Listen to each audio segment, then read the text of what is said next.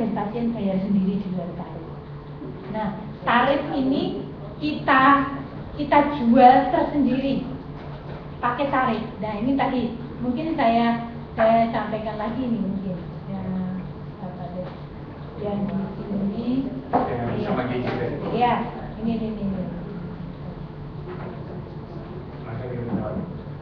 Nah ini, farmasi ya. Farmasi ini punya dua wajah. Dia wajah cost center dan wajah revenue center. Wajah cost center dia mengalirkan bahan medis habis pakai ke setiap unit. Bahan medis habis pakai. Bahan medis habis pakai nanti include di dalam tarif yang ada di buku tarif kita. Kan ada bahan medis habis pakai, ada ART, ada ATK. Kalau obat kita keluarkan di dalam tarif. Obat ini mengakomodir farmasi sebagai revenue center. Jadi farmasi ini menjual obat. Nah, menjual obat itu kan ada basic harga obat. Kita jual ke pasien kan lain harganya. Kita dari obat dapat diskon 25% misalnya. Nah, harga basicnya, HPP-nya ini ditambah profit. Itu obat yang kita jual, tarif obat yang kita jual. Profit ini keuntungan di farmasi. Biasanya jasa medis di farmasi per step. Nah, dia dapat uang dari kebersamaan tadi, tambah per step yang dibuat. Jadi BHP-nya tadi itu merupakan tarif di ruangan aja? Ya, tarif. Buat harga itu dari... Oh enggak pakai harga, Jadi berapa bahan medis habis pakai yang kita setor ke rawat inap, yang kita setor ke rawat jalan setiap bulan. Kan ada betadin 5 botol, ada kapas, berapa plastik, berapa rot, tisu, berapa rot. Dicatat aja bahwa kemarin rawat inap dalam bulan itu 5 rot, kapas sekian, betadin sekian. Per botol betadin harganya 5.000, kalau 5 botol berarti 25.000. Biaya itu dimasukkan dalam biaya rawat inap. Jadi ini wajah farmasi sebagai cost center. Iya, kalau farmasi sebagai revenue center jualan obat tadi. Tapi obat tidak dimasukkan di tarif. Yang dimasukkan di tarif adalah bahan medis dan farmasi. Ya, yang tadi kita gitu kira-kira. Jadi tadi sebagai cost center membantu menyediakan bahan medis dan pakai di setiap unit. Kita harus dihargai jasanya. Nanti dapat dari uang kebersamaan tadi. Ya, tadi kan ada uang kebersamaan. Iya. Terus ditambah jasa medis atau jasa lain persen. Jadi ada uang kebersamaan tambah persen. Terus yang kedua Bu, ini mungkin pernah pengalaman Bu ya. Tadi kan ada subsidi pemerintah. Negosiasinya kira-kira seperti apa Bu? Supaya bisa meyakinkan pemerintah itu kan seperti penyesuaian, masih ada cara-cara kita negosiasi supaya jangan beban kita. Oh, nah, kira-kira negosiasinya dengan penghitungan unit cost tadi. Makanya unit cost harus kita hitung supaya kita negosiasi ke pemerintah. Ini negosiasi. Ya. Nah, ini yang bisa kita negosiasikan untuk disubsidi pemerintah. Misalnya honorer karyawan. Penyusutan. Nih. Nah, ini disubsidi pemerintah, ini kita negosiasikan. Ini disubsidi pemerintah. Kemudian penyusutan alat medis disubsidi pemerintah. Penyusutan alat non medis disubsidi pemerintah. Gedung disubsidi pemerintah. Ini kita deal. Kalau kita deal kan unit cost-nya kecil. Tarif yang kita jual kan kecil. Kita nggak mungkin menjual tarif tinggi kan. Nah, kalau menjual tarif tinggi nanti pemerintah berteriak, ini ngapain tinggi? Ya kalau nggak mau tinggi, tolong disubsidi. Nah ini, ya ini kalau nggak boleh tinggi, tolong disubsidi. Saya perlu gedung yang agak bagus, minta tolong uang gedungnya.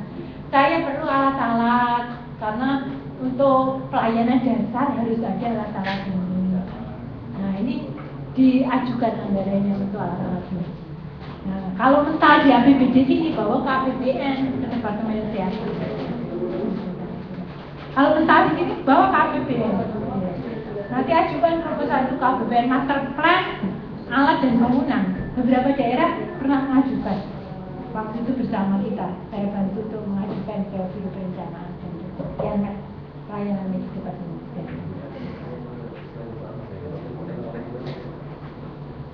Kemudian remunerasi mungkin sekilas dulu, tadi sudah saya ceritakan. Ini teorinya untuk membagi remunerasi dan kompensasi.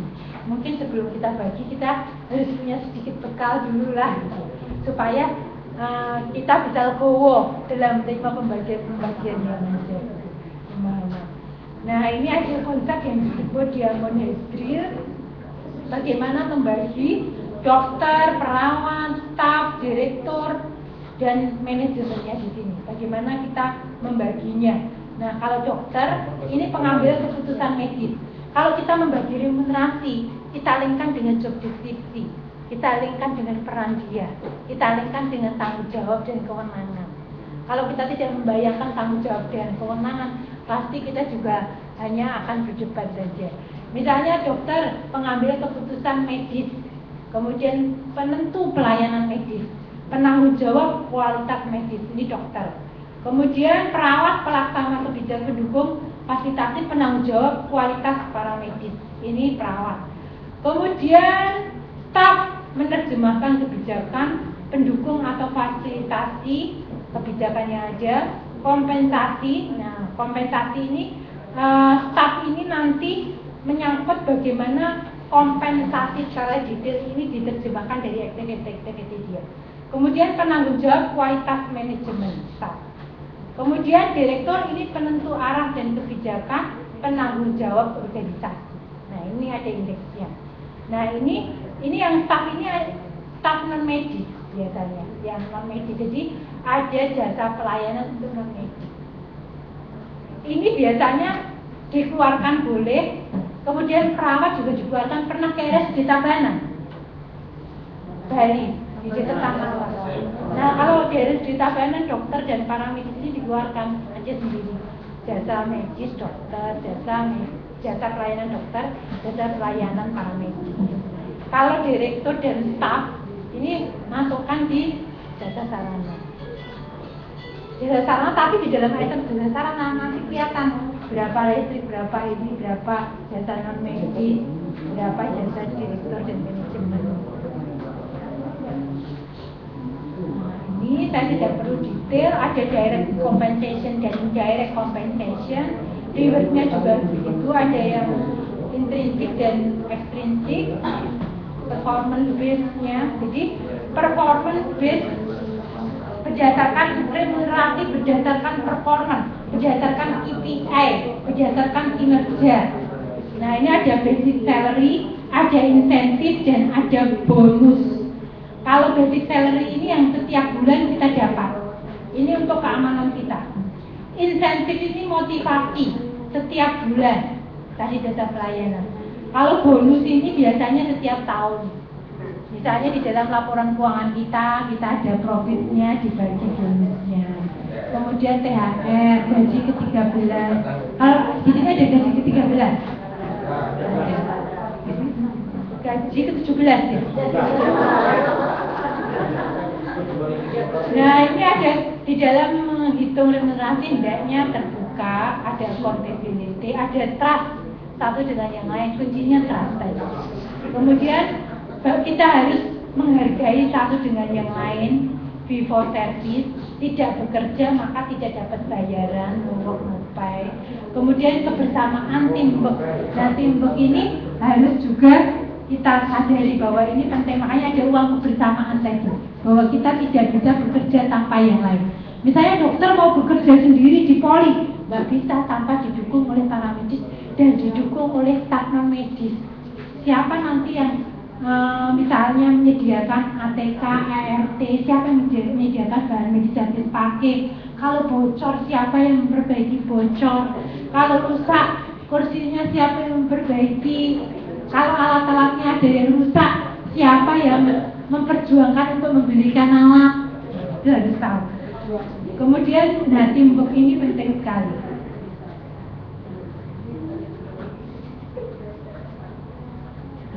Ini tadi ada gaji, ada insentif, ada bonus, ada japel, jamet, jafar, jarum, termasuk jafar tadi. Dan tadi yang termasuk penghasil lainnya ambulan, jenazah, kantin, diklat, parkir. Nah ini aja ini dihitung nanti jasa jarinnya, jasa lainnya. Japel adalah jasa bagi tenaga paramedis.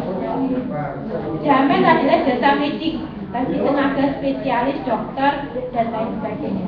Ini berdasarkan persentase tertentu. Nah ini contoh sistem pembagian jasa pelayanan. IGD, rawat inap, perawat jalan, bedah sentral, radiologi, laboratorium, ambulan, pemulasaran jenazah, gizi, rehabilitasi medik, jasa anestesi. Oh ya gizi ada poligizi kan? Nah, kalau di poligizi nanti teman di baru selain dapat di sana ada dapat di poligizi kan dapat jasa pelayanan. Kalau di poligizi kan nggak pakai jasa sarana banyak-banyak kan nggak ada alatnya. Ya paling jasa pelayanannya mungkin 60%, jasa sarana 40%. Karena nggak pakai alat-alat, tapi pakai bangunannya rumah sakit kan, pakai tenaga supporting rumah sakit, pakai mejanya rumah sakit harus dibagi. Kadang-kadang ada yang pengen dibagi pulang semuanya ya dibagi karena di rumah sakit itu tidak bisa berjalan tanpa yang lainnya. Nanti kalau bapak di farmasi ini terlambat bahan medis harus pakainya ngamuk dokternya kan ya. Jadi saling mendukung satu sama lain. Nah di sini bisa jadi 10% hak pelaksana langsung para medis, sopir, tenaga lainnya yang langsung menghasilkan uang. Kemudian 60% ini kebersamaan para medis non-medis di sini dilakukan indeks. Bisa 30%-nya ini direktur, manajemen, biaya umum, bonus, biaya pembinaan. Biaya pembinaan itu untuk diklat dan lain sebagainya. Ini salah satu alternatif, ada alternatif yang lain. Misalnya ini persentase. Before service para medis 10%, kebersamaan 60%, direktur 5%, manajemen 9,5%, biaya umum, biaya pembinaan, upah atau bonus. Kemudian ini ada alternatif yang lain, silakan dipilih yang mana. Pelaksana langsung 50%, ini yang tadi saya ceritakan. Biasanya ini yang diminati 50%. Saya ini yang diminati ini. Biasanya ini kebersamaan kecil yang diminati 15%, tadi yang saya sampaikan. Kemudian direktur, manajemen, biaya umum, bonus, biaya pembinaan 35%. Ini yang diminati teman-teman. Nah, ini 50% ini manajemen, ini yang diminati. Ini yang bisa saya sampaikan sekarang. Nanti bisa diindeks semuanya ini per masing-masing bagian dan unit mengenai jasa layanannya dari masing-masing. Indeksnya juga bisa detail sekali per masing-masing unit. Bapak Ibu semua sudah pernah membuat peraturan remunerasi? Saya contohkan peraturan remunerasi. Bapak Basuki yang mana Bapak Basuki? Jadi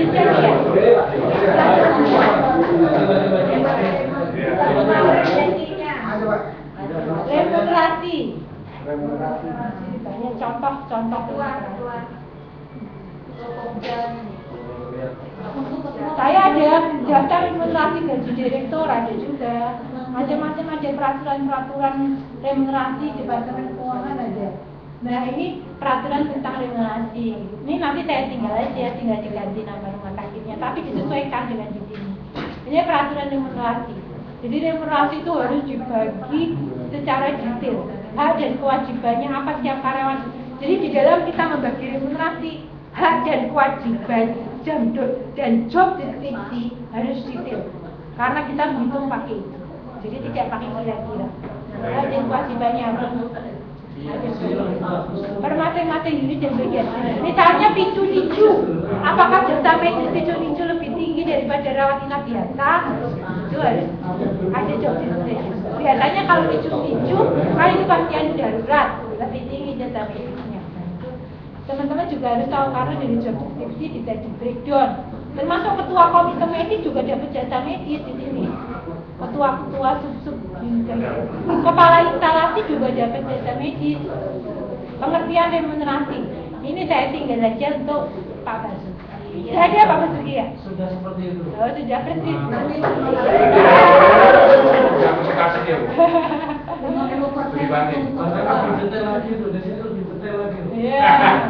Ya ini contoh berapa gajinya? Pak Direkturnya udah digaji dengan baik belum? Manajemennya udah digaji dengan baik belum? Kepala bagian insentifnya, dokter-dokternya.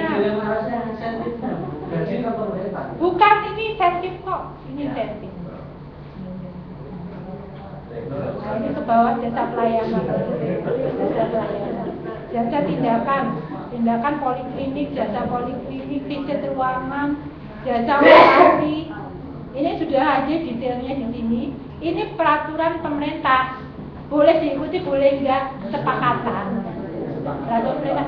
Di dalam peraturan pemerintah itu tertulis, silakan disepakati lagi dengan manajemen rumah sakitnya. Tapi ini adalah deadline, karena disesuaikan kemampuan rumah sakitnya. Kalau rumah sakitnya nggak mampu ya,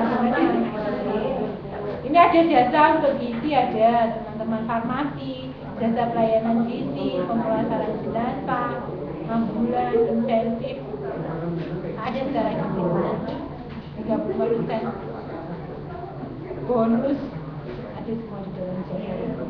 Nah ini ada indeks-indeksnya, S1 berapa, S2 berapa, berdasarkan kompetensi. Ini indeksnya. Jadi nanti menggunakan angka-angka indeks sesuai dengan kelompok jabatan yang ya misalnya di Muardi indeks-indeksnya bisa dipakai, tapi nominalnya jangan dipakai. Formulasinya aja, tapi nominalnya jangan dipakai. Kalau nominalnya agak beda, iya, nominalnya agak beda. Kolomnya beda. Ini contoh peraturan remunerasi. Nanti kita diskusikan dengan baik mengenai remunerasi ini beserta indeks-indeksnya. Mungkin ada yang ditanyakan dari teman-teman semuanya. Gimana, sudah cocok dengan yang dibuat Pak Basuki kan ya? Sudah cocok semua? Oh, belum disosialisasikan. Mungkin dalam waktu dekat selesai. Iya, diselesaikan aja. Gini, kalau dalam bahasa akuntansi itu semua di cut off. Jangan terlalu berlarut-larut. Pasti nggak akan selesai juga. Kalau dia di cut off. Kalau soal uang harus di cut off. Besok, minggu depan selesai. Di cut off. Setuju. Kira-kira gitu. Setuju. Kita coba dulu 3 bulan formulasi. Kalau nanti terasa tidak ada, kan pasti nggak kelihatan. Masa harus dicoba 3 bulan. Kita SK-kan, SK itu nanti bisa dirubah. Nah, masalah kalau remunerasi boleh, apalagi di BRU boleh. Makanya remunerasi SK direktur saja. Nggak usah SKPU. Karena nanti bisa disesuaikan lagi. KSO itu juga mau cukup direktur aja. Iya Pak? KSO itu nanti. KSO direktur. Nggak usah. Karena itu rumah sakit, nanti rumah sakit yang bertanggung jawab kan untuk mendatangkan pasien dan lain sebagainya. Jadi KSO direktur aja. Jadi di BRU itu direktur punya kewenangan banyak. Kecuali alat yang berteknologi canggih itu kan beda aja. Kewenangan direktur diberi kewenangan khusus. Kalau satu itu laboratorium gitu bisa cukup direktur aja. Iya, direktur aja. Termasuk remunerasi direktur aja, sehingga nanti setiap 6 bulan bisa dievaluasi. Kita kumpul lagi, dievaluasi. Formulasinya kalau nanti kita udah begini, kita cari bentuk yang paling pas. Nanti 6 bulan berikutnya kita evaluasi, cari bentuk yang pas.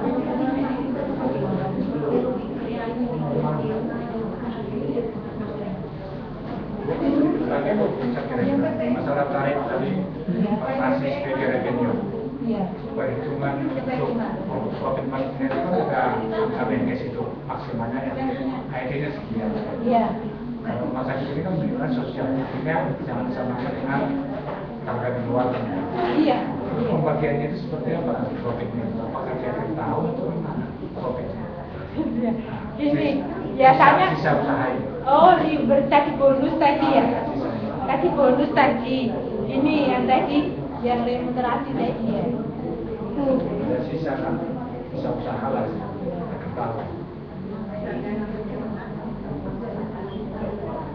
Bonus ini ya ribet tadi ya. Nah bonus ini nanti setiap tahun sekali. Kalau sudah membuat laporan keuangan kan ada profit. Biasanya kalau yang sudah diterapkan di BUMN lama, misalnya PT Asker itu dapat jasprot. ada pembagian cita hasil usaha. BLU juga gitu, nanti setiap akhir tahun ada pembagiannya satu kalau berprofit. Tapi biasanya BLU itu belum berprofit sampai 7 tahun, 5 tahun. Saya belum pernah mendengar ada SHU di BLU dalam taraf ini, karena undang-undangnya kan baru 7 tahun yang lalu ya. Kalau PT udah bisa, dulu kan RSJDK itu PT, udah pernah bagi cita hasil usaha, tapi kemudian di BLU sampai sekarang juga belum bagi-bagi, karena belum bisa profit. Kenapa ada keuntungan itu tidak bisa keuntungan kan keuntungan rumah sakit itu karena tadi gini, karena tadi itu kita kalau buat neraca kan include investasi kalau neraca. Kalau investasi ini kita inputkan, kita itu sulit profit. Tapi kalau investasi ini kita keluarkan, kita profit. Makanya di dalam tarif investasi kita keluarkan, tapi di dalam laporan keuangan investasi tidak bisa kita keluarkan. Investasi itu harus masuk, karena ini rumahnya rumah sakit. Karena kalau dibandingkan dengan investasi yang kita keluarkan, kita itu nggak profit. Kecuali investasi kita keluarkan itu kan BEP. BEP bisa cepat, BEP itu 2-3 tahun baru. Kalau payback period itu bisa 7 sampai 10 tahun. BLU juga gitu nanti. Mungkin nanti sudah Bapak Ibu semuanya dapat modal dari pemerintah, gedung yang bagus, alat-alat canggih, itu bisa profit. Kalau saya lihat di SD Kapuas ini tahun berapa ya profit? Karena gini, kita mau menjual mahal ya nggak ada yang bayar. Walaupun rumah sakitnya bagus, nanti tetap kita jual murah. Seperti di Bontang, Tangerang, rumah sakitnya bagus seperti swasta, tapi nggak bisa mahal karena efisiensi dan biaya sesuainya kecil masyarakatnya.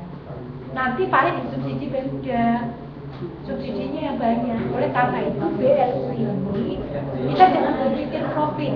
Nanti gini, kalau kita berpikir profit, pemerintah daerah itu cuma mikir kita mau profit, dia nggak mikir bahwa kita harus disubsidi.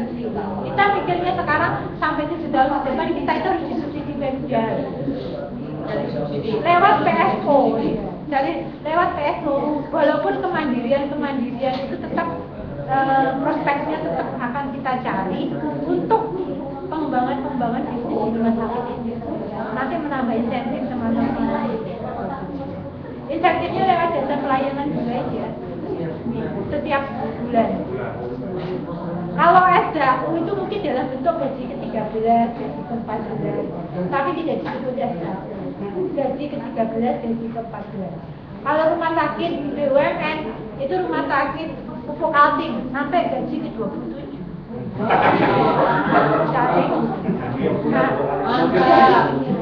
Jadi itu dikembalikan ke insentif. Itu kira-kira sekilas mengenai remunerasi ya aja. Nanti ada indeks-indeksnya ya harus disampaikan. Mungkin ada pertanyaan dari rekan-rekan semuanya, silakan kalau ada pertanyaan. Nanti dibagi dengan baik saja jasa ini. Boleh tanya Pak? Sini tadi berbicara tentang tarif pelayanan. Iya. Nah, untuk menjalankan rumah sakit yang sudah BUD. Hanya permasalahannya untuk di kita, BUD-nya kan baru tuh statusnya. Iya. Kita tarif belum, yang ada baru perda. Iya. Untuk unit cost, istilahnya itu tadi memang berbeda sih ya. Intinya unit cost dengan perda yang ada. Iya. Nah, untuk pembiayaan Iya. atau perhitungan biaya itu bisa nggak kalau kita menggunakan yang perda yang sudah ada? Misalnya dasarnya dari perda itu dirubah menjadi tarif pelayanan atau ada solusi lain?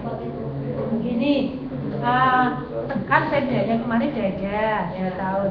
Perda itu perlu kita revisi.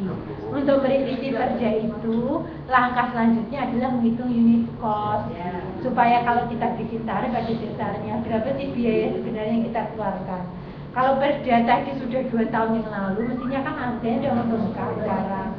Nah, kita usulkan tarif baru setelah kita hitung unit cost, tarif baru yang perbaiki perda yang lama. Kita usulkan menjadi perda baru. Nah, kita buat di tahun ini, kita usulkan di tahun depan misalnya tahun 2014 awal. Tapi kita udah godok dulu. Kalau bisa di akhir tahun ini kita udah bisa mengubah perda karena kita sudah BLU. Masa kita sudah BLU tarifnya masih pakai tarif 2 tahun yang lalu. Karena BLU ini kan mata restrukturisasi keuangan, termasuk restrukturisasi tarif, termasuk restrukturisasi biaya, termasuk restrukturisasi remunerasi, ya kan? Ini angin segar buat teman-teman semua. Setidaknya BLU itu ijazah, kita S1 dapat ijazah. Ijazah itu bisa dipakai macam-macam, termasuk mencari dana tadi, dana ke Depdagri, dana ke Depkes, dana APBD. Nah, untuk mencari dana itu perlu ngitung unit cost tadi, berapa sih biaya yang kita butuhkan, berapa proyeksi biaya yang nanti ingin kita rencanakan yang tertulis di dalam rentra. Nah, ternyata kita mau bangun gedung nggak punya uang. Nah, kita ajukan proposal bangun gedung. Kita mau beli alat tahun 2014-2015 nggak punya uang. Ajukan proposal untuk beli alat. Hanya begini Bu, permasalahannya memang kalau dilihat seperti contohnya di keperawatan saja Bu ya. Iya. Kalau kita untuk tarif perda yang ada, keperawatan itu dihitung berdasarkan dia ketergantungan dari pasien. Primary care, apa lagi? Parsial. Kalau keperawatan gini, keperawatan itu kan dapat jasa tindakan ya sebenarnya, tindakan-tindakan di keperawatan, tindakan-tindakan di rawat jalan, tindakan-tindakan di UGD gitu. Perawat paramedis kan dapat. Nah, makanya dipisahkan, mana jasa dokter, mana jasa perawat, mana tindakan dokter, tindakan perawat. Itu harus sudah dipisahkan. Karena zaman dulu asuhan keperawatan itu nggak dapat jasa medis, tapi udah ada peraturan pemerintah dari Depkes dapat jasa medis. Waduh, dulu memang enggak, tapi sekarang udah ada peraturan dapat jasa medis. Nanti misalnya perawat di rawat inap kan melakukan tindakan-tindakan itu, tapi tindakan yang perawat loh, bukan tindakan dokter. Ada juga tindakan dokter yang dikerjakan oleh perawat. Nah, gitu. Kalau tindakan dokter yang dikerjakan perawat itu kan sering perdebatan. Dokter bilang saya yang bertanggung jawab, nanti kalau apa-apa saya dituntut. Tapi yang mengerjakan perawat. Nah, kita bagi aja berapa persentasenya dokter, berapa persentase perawat dari pencapaian. Misalnya persentase dokter karena bertanggung jawab, indeksnya tinggi, penanggung jawab kan. Kalau ada permasalahan hukum, ya maju kan dokternya yang tanda tangan. Katakanlah dokternya 60, perawat 40, dokter 75, perawat 25. Tapi yang penting dapat, itu aja. Yang penting dapat, setuju nggak teman-teman? Biasanya itu Dan sekarang itu jajan belum? Sekarang jajan, ya? Sekarang baru jajan. ya kan, cuma kalau yang penting dapat itu yang perlu jadi tanda tanya besar buat yang penting dapat. Ya dapat. Karena kita sama-sama mikirnya gitu. Gini aja. Kan ada tindakan dokter, ada tindakan perawat juga kan? Ya tindakan perawat kan langsung ke perawatnya ya. Ya kan didapat 100% langsung ke perawat. Kemudian yang tindakan jasa dokter itu ada perawat mengerjakan, ada dokter bertanggung jawab. Ya dibagi, dokter berapa, perawat berapa. Disepakati aja. Kira-kira gitu. Karena gini. Ya itu kesepakatan mau berapa, perawat sama dokternya. 60-40 juga bisa. Bagaimana kalau 6 itu untuk tindakan-tindakannya, karena dokter kan masih dapat visit ya, dokter masih dapat visit. Kalau perawat nggak dapat visit kan? Ada di tiga perawatan. Nah itu disepakati. Bu, satu lagi Bu. Ya. Nah ini Bu, kami di sini mempunyai penunjang Bu, itu laboratorium Bu. Jadi di sini sampai saat ini kami agak susah ini Bu. Kenapa di HP ada alat, ada untuk satu kali persyaratan itu Bu. Kalau bisa Bu, satu sampel untuk laboratorium itu Bu, mohon kiranya Bu disajikan. Laboratorium ya. Ini laboratorium rumit juga, laboratorium paling rumit itu laboratorium.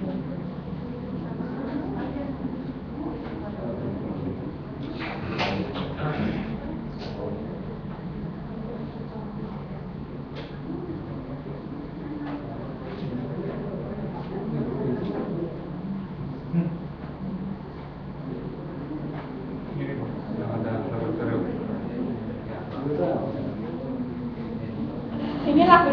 laboratorium itu tergolong rumit memang. Jadi laboratorium itu kan ada kimia klinik, ada imunologi, ada hematologi. Ini kita bagi unit cost-nya nanti macam-macam aja ini. Ada BMHP, ada alat medis, nih ada bilben, ini ada listrik, ada honorer karyawan, ada alat rumah tangga, ada alat tulis kantor, tulisan gedung, cucian, penyusutan alat, BMHP, ini unit cost-nya. Nah item-itemnya ini baru unit cost untuk jasa sarana. Nanti unit cost jasa pelayanan aja. Nanti dibagi saja persentasenya seperti di ladu 46. Biasanya laboratorium juga kalau remunerasi itu tidak begitu banyak kalau laboratorium. Teman-teman laboratorium. Karena laboratorium itu banyak kan, sedikit-sedikit tapi banyak kan. Jadi walaupun jasa pelayanannya sedikit atau jasa medisnya sedikit, kalau ikan volume yang banyak biasanya dapat take home pay. Ini contohnya.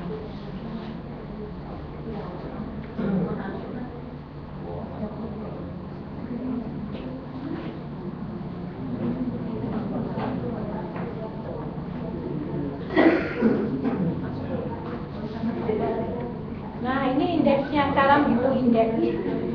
Golongan pangkat, pendidikan, bobot kerja resiko atau emergensi, tanggung jawab ini posisi atau jabatan, kemudian kinerja, etika atau sikap ini disiplin, dedikasi, loyalitas termasuk etika.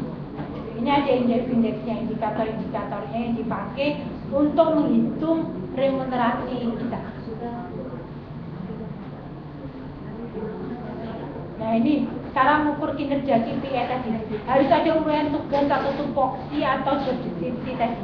Kemudian diberi nilai.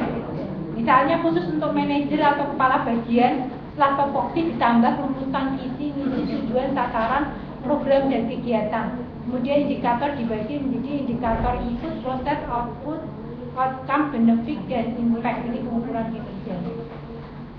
Nah ini beberapa contoh untuk remunerasi. Misalnya Tengku Rahman adalah seorang perawat kontrak dengan pendidikan D3 yang telah bekerja 2 tahun di ICU. Kinerja-kinerjanya bulan ini sangat bagus sehingga diberi nilai A oleh atasannya. Dia bekerja dengan disiplin dan tidak pernah mendapat keluhan dari pasien dan teman sekerja. Dia adalah kepala ruangan ICU, maka indeks Tengku Rahman. Ini indeksnya, tadi dari indeks dasar, tanggung jawab, bobot, dan lain sebagainya. Sehingga total indeks seluruh tenaga perawat adalah, maka jasa pelayan yang didapat adalah berapa, ini kita hitung berdasarkan rumus-rumus tadi. Pada hari raya, Tengku Rahman ini juga akan mendapatkan bonus juga. Selain terima jasa pelayanan dan free service 10% dari kematian ICU. Nah ini contoh-contoh kasus yang ada di ICU. Mungkin itu yang sudah saya sampaikan. Nah sekarang formulasinya disepakati saja dari teman-teman semuanya. Bagaimana kesepakatannya tadi, bagaimana berapa parameter, berapa dimasukkan di rumus-rumus. Yang tindakan-tindakan juga gitu. Tindakan-tindakan disepakati saja dari tindakan-tindakan yang ada. Makanya karena di Indonesia itu gini, kalau di Malaysia SOP-nya itu yang mengerjakan dokter ya dokter. SOP-nya mengerjakan perawat ya perawat. Kalau di Indonesia belum ada penegakan SOP. Itulah yang kadang-kadang remunerasi ini sering terjadi perdebatan. Kalau di sana dokter ya dokter dapat itu yang dia kerjakan, perawat dapat itu yang mengerjakan. Yang itu yang dikerjakan. Karena gini, nanti kalau ada kesalahan medis kita nggak tahu. Karena harus yang mengerjakan dokter yang mengerjakan perawat. Siapa nanti yang bertanggung jawab? Kalau dibawa ke legal akan sulit. Nah itu. Nah, cuman itu sekarang kan di sini kita harus win-win solution berdasarkan kondisi yang ada sekarang. Nah, berdasarkan kita nanti ke depan karena sudah BLU kita akan perbaiki, ditegakkan lagi tadi audit klinis tadi, kan berjalan. Ya tadi saya sampaikan itu unit cost. Kalau unit cost kita hitung, nanti akan ketahuan kok. Ini kalau unit cost itu, ya tindakannya dikerjakan perawat, ya ini tindakan dokter yang harusnya dokter perawat. Karena nanti ada standar cost, standar operating procedure. Jadi standar cost itu dihitung dari standar operating procedure. Kemudian unit cost itu dihitung dari clinical pathway-nya. Pathway itu SOP. Pemeriksaan itu apa saja yang harus dikerjakan dan siapa yang bekerja, berapa rupiah, itu harus ditekankan. Kalau kita mau BPJS, INADRC, itu semua harus ditekankan. Yang tadi jadi masing-masing tindakan itu harus nanti diterjemahkan aktiviti-aktivitinya, berapa rupiahnya, penanggung jawab siapa, dan penanggung jawab itu yang harus mengerjakan itu.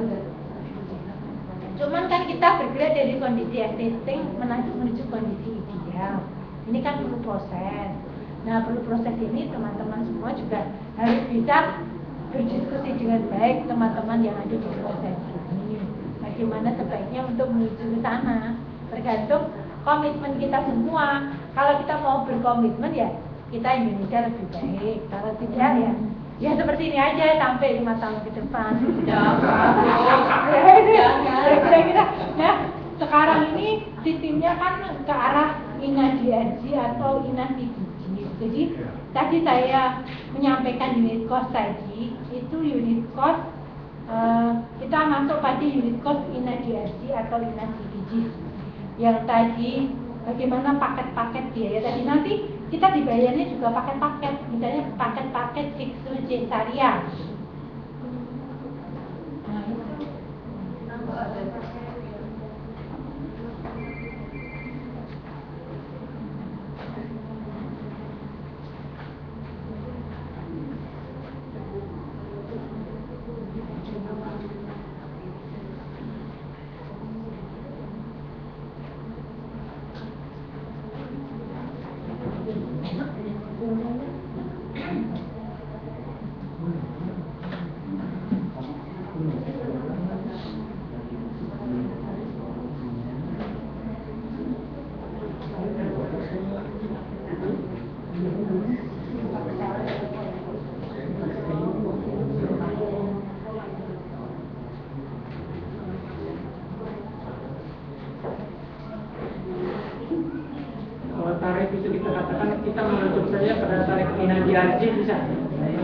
Tarif INADRC itu tarif paket.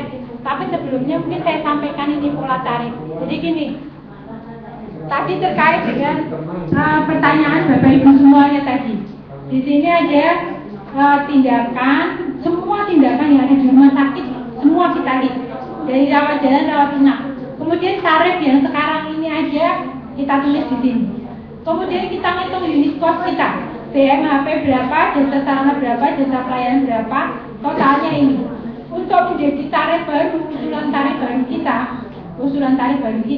kita harus lihat benchmarking, review pricing rumah sakit daerah tetangga kita. Rumah sakit daerah tetangga kita apa saja, berapa tarifnya kita tulis di sini.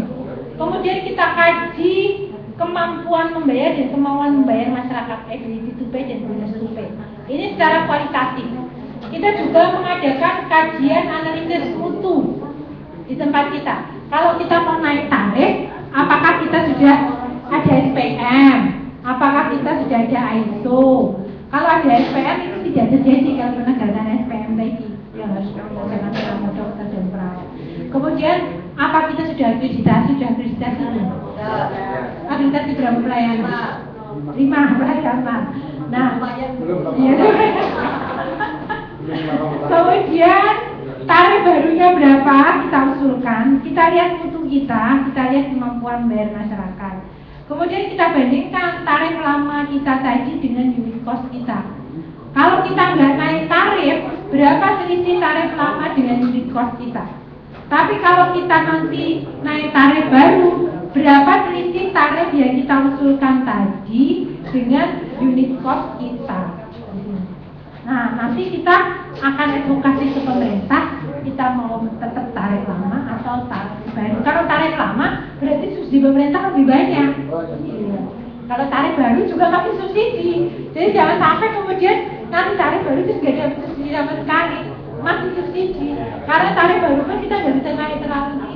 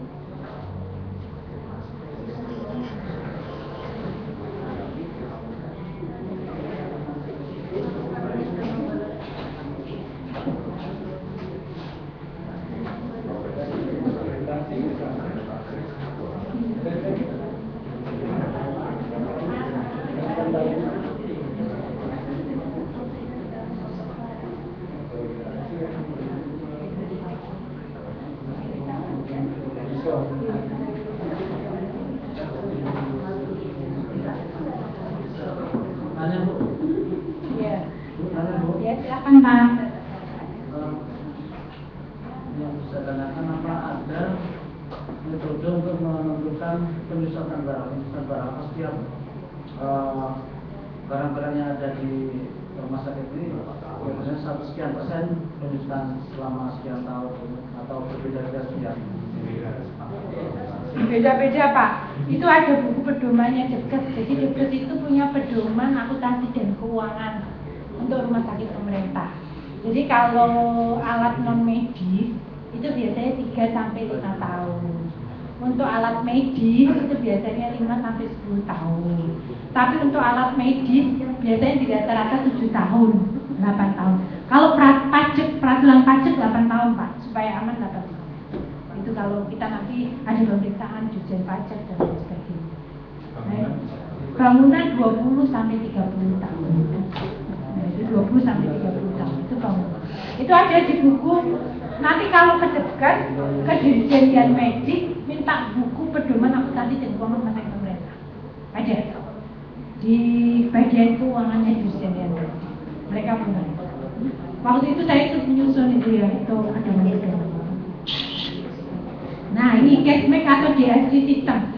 Jadi sistemnya nanti data pelayanannya juga paket per masing-masing orang. Karena kan tarifnya tarif paket. Kalau dilihat dari kondisi kesehatan rumah sakit RSUD Sumarno ini, sehat atau sakit rumah sakit? Sehat atau sakit? Sakit. Nah, sehat atau sakitnya rumah sakit ini secara keuangan bisa dilihat dari cost recovery. Kalau pendapatan dibandingkan biaya berapa persen? Udah pernah dihitung cost recovery? Jadi pendapatan dibagi dengan biaya berapa? Biasanya biayanya lebih tinggi dari pendapatan. Kalau kurang dari 60% sakit. Ada yang cuma 18%, ada yang 40%. Kalau lebih dari 60% sehat, itu terdekat. Kenapa? Karena 40%-nya ini investasi. Sehingga 60% itu sudah bisa dikatakan sehat. Kalau rumah sakit swasta, sehat itu kalau 100%. Nah, apakah sekarang justru sekarang dilihat dari perspektif keuangan? Gali lubang tutup lubang. Iya.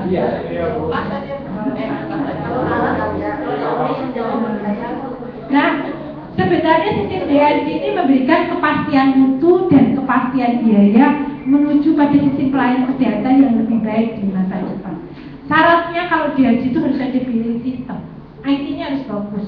Nanti kalau kita semua ngerti. Kalau IT-nya nggak bagus, sulit. Itu kira-kira mungkin sedikit tentang DSC. Saya tidak perlu terlalu detail, hampir sama dengan unit cost. Hanya nanti biaya paket-paket. Nah, nanti kalau kita butuh unit cost, kita akan ketahuan mana yang tidak efisien. Misalnya kenapa ini kelas 3 unit cost-nya kok lebih tinggi dari kelas 2 ya? Honorer karyawan. Kenapa ini kira-kira di kelas 3? Banyak yang nganggur. Jadi pembagian perawatnya terlalu banyak, tidak sesuai dengan floornya.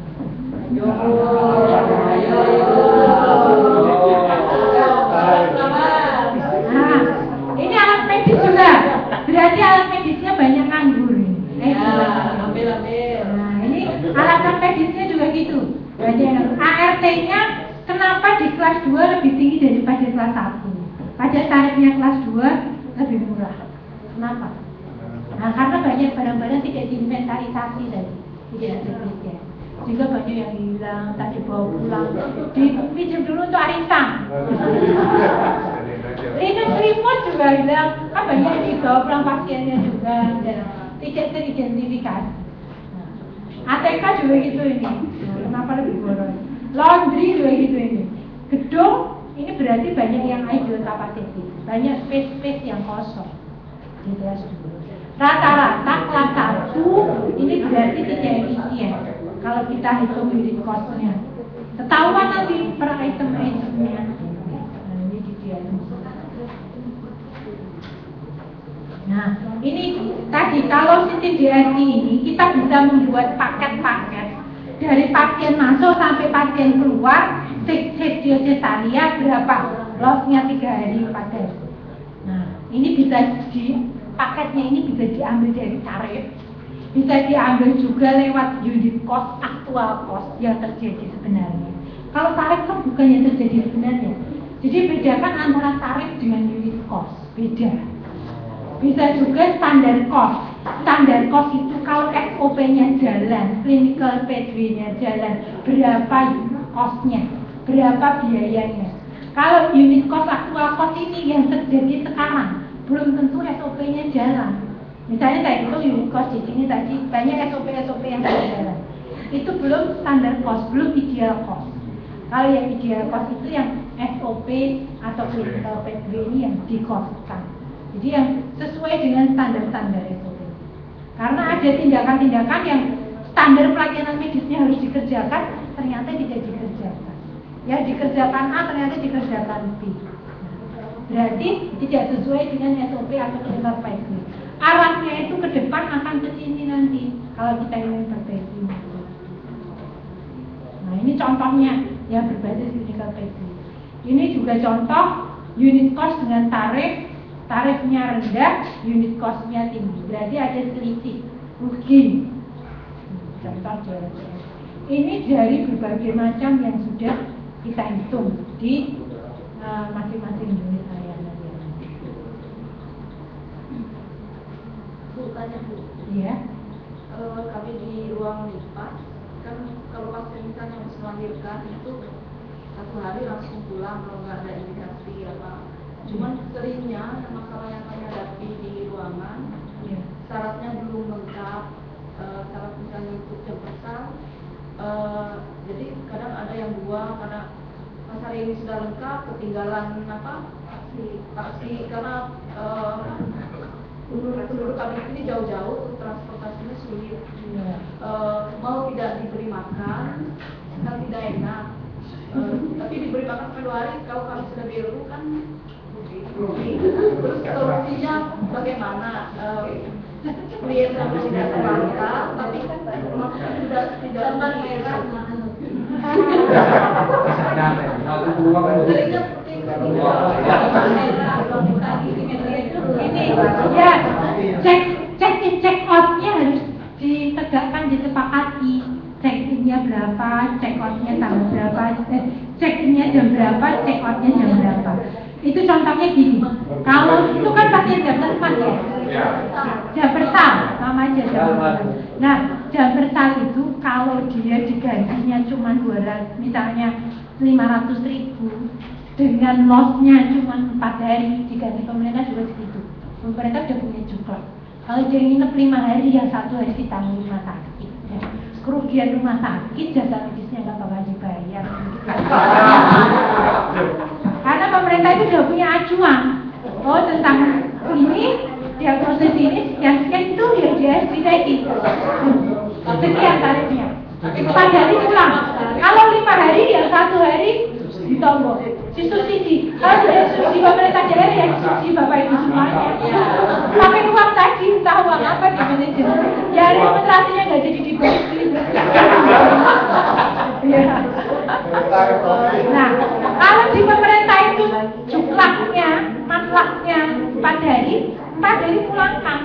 Kalau dia 5 hari, 6 hari, 2 hari tanggung rumah sakit, nggak bisa dikasih di jam besar.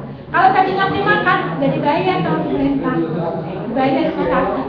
Yaitu sosialnya rumah sakit diambilkan dari cadangan yang mana, tanyakan direkturnya. Oh, nanti kalau direkturnya dibayar pakai remunerasi itu ya nanti atau pakai cadangan yang lain di rumah sakit, ada biaya-biaya yang lain.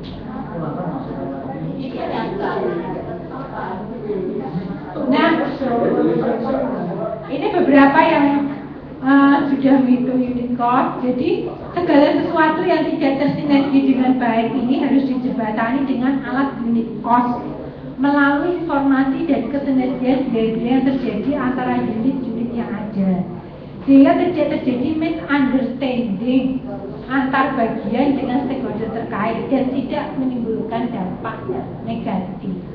Jadi ketersediaan informasi dan manajemen yang kurang terstruktur pada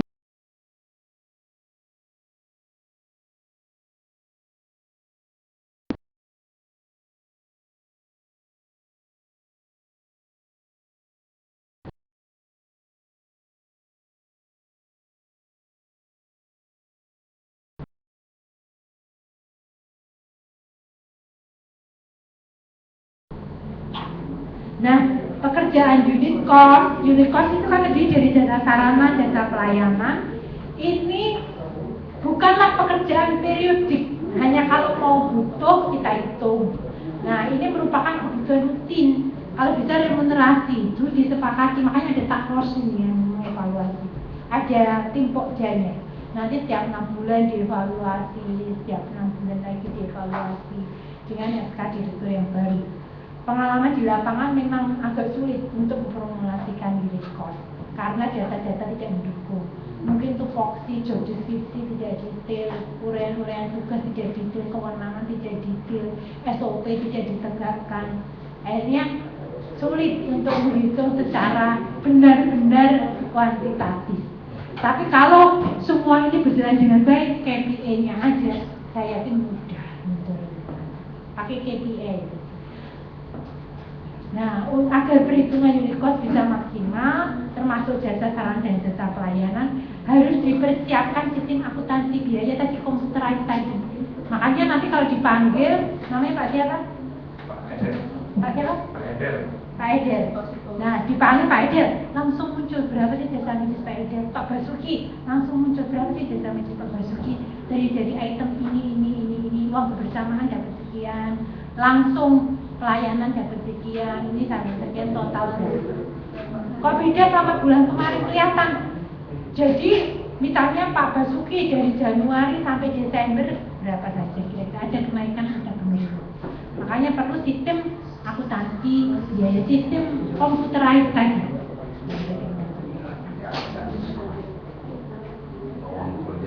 Nah, unit cost kemudian jasa sarana dan jasa medis ini merupakan alat bantu teknis, alat akuntabilitas, alat komunikasi, alat negosiasi, alat advokasi sebagai bargaining position atau bargaining power, alat harmonisasi, perwujudan citra diri atau goodwill dan sebagai strategi.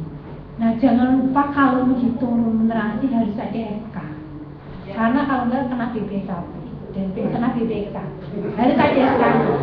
Nah, itu asal ada SK-nya nggak kena BPK. Kemudian buat sistem akuntansi dan keuangan SOP pengupahan. Nah, di situ aja.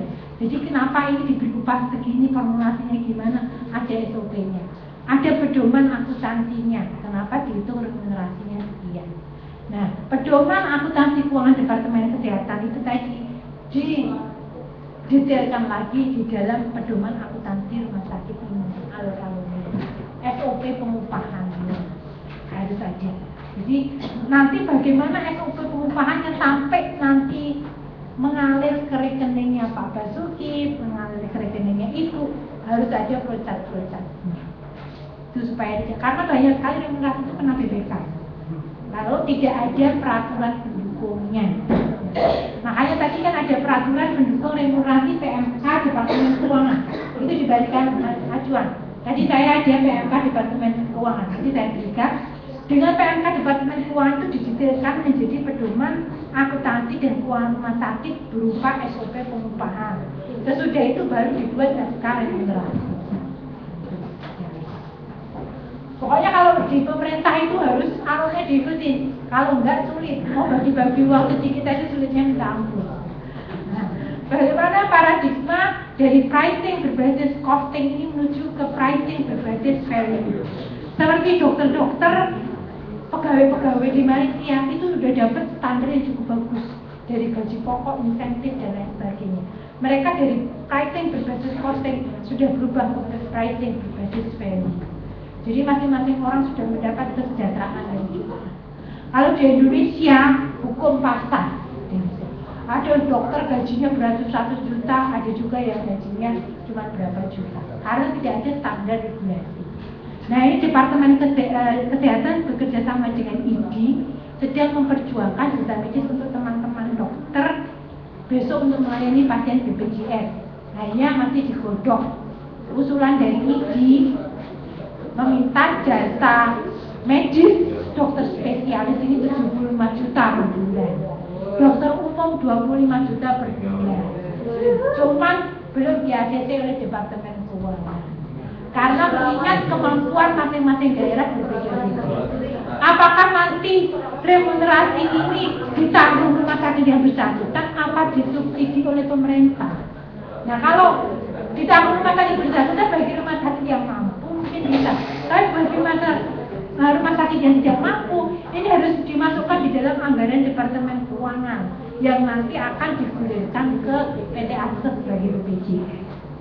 Sebenarnya teman-teman sudah diperjuangkan lewat pusat. Jadi nanti mungkin ada subsidi remunerasi melayani pasien BPJS dari pusat.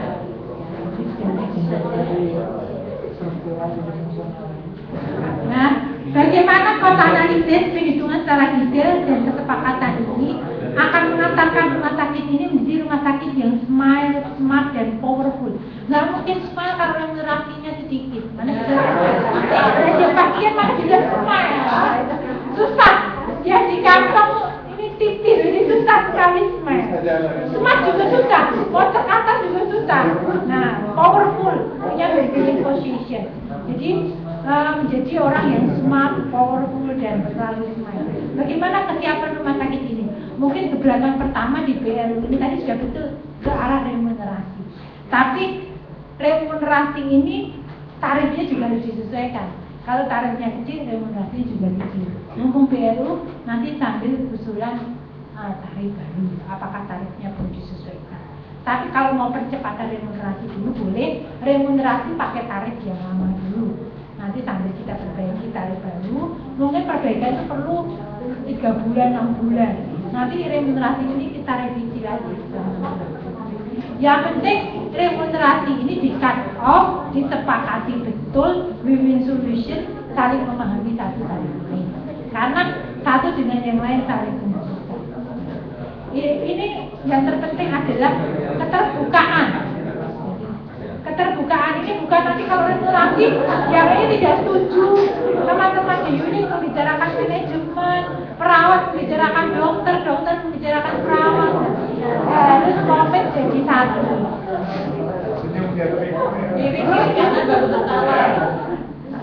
Nah, ini plan SOP manual akuntansi dan keuangan BLU. Ini mungkin nanti kita bahas lain kali. Ini SOP yang harus disiapkan oleh teman-teman semuanya di sini. Tadi termasuk SOP pengupahan. Ini yang saya ceritakan.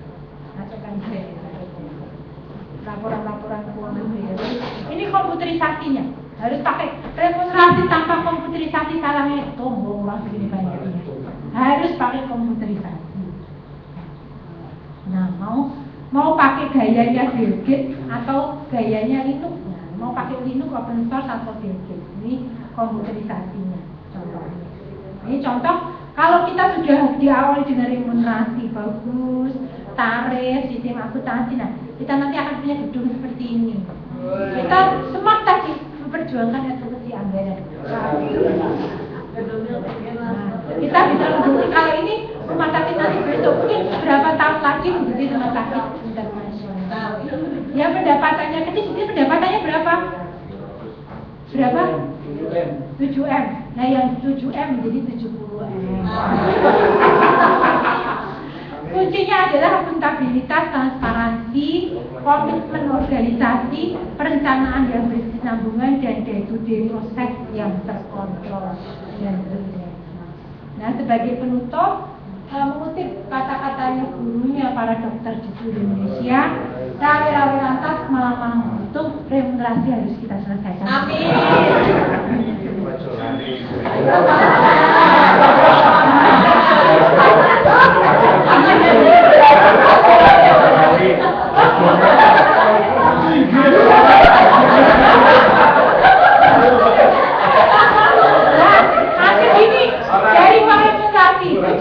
Sedikit untuk teknik visi yang besar membutuhkan semangat, komitmen, dan teamwork. Ini outbound. Nah, kapan-kapan outbound. Uangnya disisihkan untuk jalan-jalan ke Malaysia.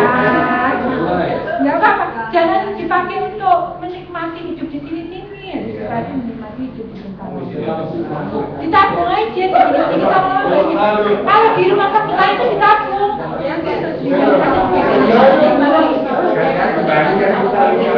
Bandung, studi banding ke Jakarta, nanti kontak saya kalau mau studi banding ke Jakarta. Nanti saya ajak makan di Bandar Jakarta.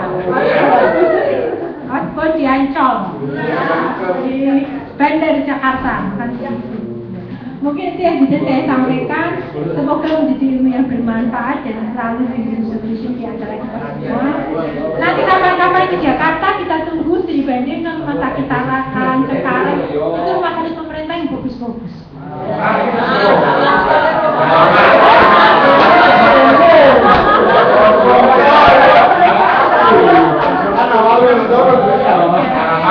Ada yang ke Solo, ada yang di Jakarta.